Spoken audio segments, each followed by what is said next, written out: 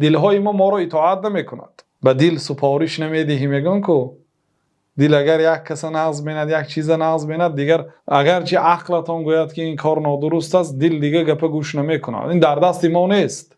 بنابراین پیامبر صلی الله علیه و سلم 9 زن داشتن، یعنی با 9 زن در یک وقت زندگی میکردن. عموما 11 زن گرفتم، لیکن با 9 زن در یک وقت زندگی میکردن. برای دیگرها اجازت نیست. برای دیگرها فقط 4 زن گرفتن اجازت است در یک وقت. اما با پیامبر صلی الله علیه و سلم 9 زن گرفتن اجازت بود. بعد بین اینها تقسیم میکردن، شبها را تقسیم میکردن، نفقه را تقسیم میکردن. بعد میگفتن که اللهم هذا قسمی فيما املك فلا تلمنی فيما لا املك و تملك.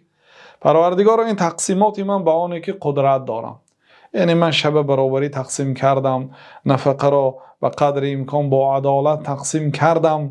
فلا تلمنی فيما لا املك، تو مرا ملامت نکن در آنه که من مالکیت آن را در دست ندارم، یعنی قلب در دست من نیست. فلا تلمنی فيما لا املك و تملك، تو مرا ملامت نکن در آنه که من مالکیت آن را ندارم و تو داری، یعنی قلب من در دست تو است. یعنی 9 زن را برابر دوست داشته نمیشد.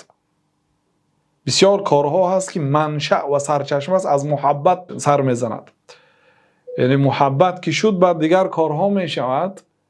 محبت نمیشد برابری به 9 کس تقسیم کرده. این مالکیتش در دست من نیست. گفتم این در دست تو است. در این مسئله، یعنی در محبت من عدالت کرده نمیتونم. بنابراین الله تعالی در یک جای قرآن که شما اگرچه بسیار حریص باشید بین زنها عدالت کرده نمیتونید، مراد یعنی محبت و علاقه را برابری تقسیم کرده نمیشه.